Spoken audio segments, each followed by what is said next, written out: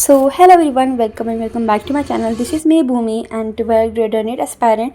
So आज तो हमारा फिजिक्स का पेपर और मैं इसको देख के बहुत ज़्यादा शॉक में चली गई हूँ और इतना मुझे वहाँ से निकलने में टाइम लगा कि मैं सो गई थी आके पेपर के बाद। मीन्स यार क्या था ये पेपर, मीन्स मेरे को समझ में नहीं आ रहा यार। एक तो मेरे को आने के लिए 2 घंटे लग जाते हैं, सो उसके बाद आने जाने के लिए 2 घंटे लग जाते हैं। सो उसके बाद मैं खाना खाया, सो गई थी और उसके बाद फिर मैं यहाँ पे वीडियो बना रही हूँ मेरी फ्रस्ट्रेशन आपके सामने जाहिर करने के लिए कि मैं कितना फ्रस्ट्रेट हो गई हूँ ये पेपर से।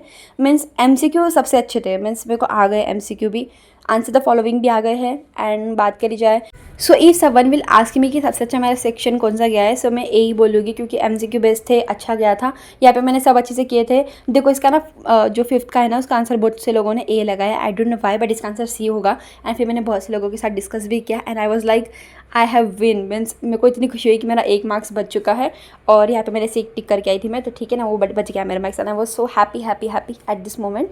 एंड देन यहाँ पे आंसर ऑफ द फॉलोइंग भी मैंने सब किए हैं। यहाँ पे मेरा एक छूटा है, आई थिंक 1-2 छूटे हैं यहाँ से भी। भाई क्या था ये बीटा डी के, मेरे को क्या पता है क्या होता है बीटा डी के। फिर यहाँ पे मेरे 2-3 मार्क्स छूट गए थे क्योंकि टाइम भी नहीं था और आखिरी में मैंने देखा भी नहीं कि मेरा क्या छूटा है। मैं घर पे आके देख के फिर देखा कि हाँ मैं छोड़ के आई हूँ। सेक्शन बी की बात करें तो ओवरऑल ये भी कुछ खास नहीं था। यहाँ पे भाई हर पेपर में तुम लगे तो सेक्शन डी में डालो ना डेरिवेशंस।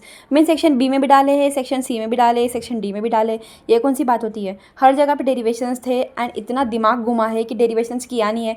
तुम नीट एस्पायरेंट या जेईई एस्पायरेंट से क्या उम्मीद लगा सकते हो कि 2-3 दिन में वो पूरी डेरिवेशन रट ले। Means this is not possible यार। मीन्स मैंने तो पढ़ा नहीं था टू बी ऑनेस्ट, और मैं इंग्लिश हिंदी का ही पढ़ रही थी 1 महीने से, वो भी मेरे दिन में से 1 घंटा रात को मैं निकाल के पढ़ती थी। बट यहाँ पे मैंने फिजिक्स का कुछ ही नहीं किया था तो मुझे नहीं आ रहा था ये। सो जिसने डेरिवेशंस किए थे ना इस पेपर में उसका ही भला होने वाला है, किसी का नहीं होने वाला है। और सो डेरिवेशंस मैं 2-3 करके गई थी घर से और थोड़े से आई भी थे एंड लाइक मेरे को थोड़ा सा लग रहा था कि अंदर से फीलिंग आ रही थी कि आएगा, तो मुझे आया भी था। मतलब सेक्शन सी में यहाँ पे जो रेजोनेंट फ्रीक्वेंसी निकालने वाला था बहुत ही सिंपल था कि आपको एक्सेल और ओमेगा सी को इक्वल करना था, तो मैंने वैसे कर लिया था। और यहाँ पे मैं क्या फॉर्मूला लगा के आई हूँ भाई, ये एवरेज उन्होंने पूछा था तो मैं √8 RT/πm लगा के आई हूँ, जो कि सरासर गलत है। सो देखते सही आएगा क्या नहीं। और यहाँ पे सेक्शन सी में ना ये मैं जो चैनल से लेक्चर कर रही थी प्रदीप गिरी सर के नाम से, सो वहाँ पे इन्होंने बताया था कि ये क्वेश्चन आ सकता है, तो मैंने ये भी प्रैक्टिस कर लिया था।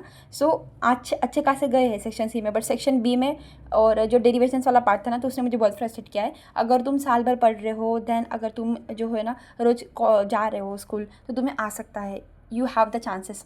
But yeah as aspirant I felt it कि मुझे नहीं आएगा ये। सो मेरे साथ ऐसा हो रहा था कि मुझे फॉर्मूले याद थे बट डेरिवेशंस नहीं आ रहा था। जैसे जो पहला वाला एक क्वेश्चन पूछा था ना तो इसमें फॉर्मूला जो है लैप्लेस लॉग ऑफ 2t/r बनेगा एंड ड्रॉप के लिए 4t/r बनता है, बट डेरिवेशन नहीं आ रहा भाई, क्या करूँ मैं। मतलब फॉर्मूला लिख के आ जाओगे तो 1 मार्क्स देंगे कोई भी मुझे। और इसमें से मुझे 30 वाला आया है जो कि था सेल्फ इंडक्टेंस वो सब, और इसमें अपन E = dϕ/dt लगा के कर देते तो हो जाता। 4 वोल्ट इसका आंसर था। सो अगर जिसका भी 4 वोल्ट आया सो या आपका सही है और आप सही राह पे चल रहे हो, ठीक है। So from my side overall paper was not so good not so bad, क्योंकि थोड़ी चीज़ें पढ़ के गए थे। अगर आप एक दिन पहले भी पढ़ के जा रहे हो तो आपको कुछ ना कुछ तो आने वाला था ही अगर आप एस्पायरेंट हो। सो ऑब्वियसली अगर आपने फिजिक्स और केमिस्ट्री एज आपका मेन स्ट्रीम सब्जेक्ट लेके रखा है तो कुछ ना कुछ तो आ ही जाता। So I am expecting 55 out of 70, इतने भी आ जाए तो बहुत है। एंड इतना अच्छा पेपर नहीं था सो इतने भी आए तो बहुत है। और अब मैं ट्राई करूँगी कि मैं केमिस्ट्री में अपना स्कोर बढ़ाऊँ और बायोलॉजी में तो ऑब्वियस मेरा बढ़ ही जाएगा क्योंकि इतना कॉन्फिडेंस है कि बायोलॉजी अच्छा ही जाने वाला है मेरा, तभी भी थ्योरी करके जाऊँगी मैं अच्छे से। सो जिसका अच्छा नहीं हुआ है सो डोंट बी डिप्रेस यार, हो जाएगा सब अच्छे से। केमिस्ट्री में अच्छे से कर लेना, टाइम है अभी भी अपने पास। सो यही था आज के लिए, होप आपका अच्छा जाएगा पेपर अगला केमिस्ट्री का।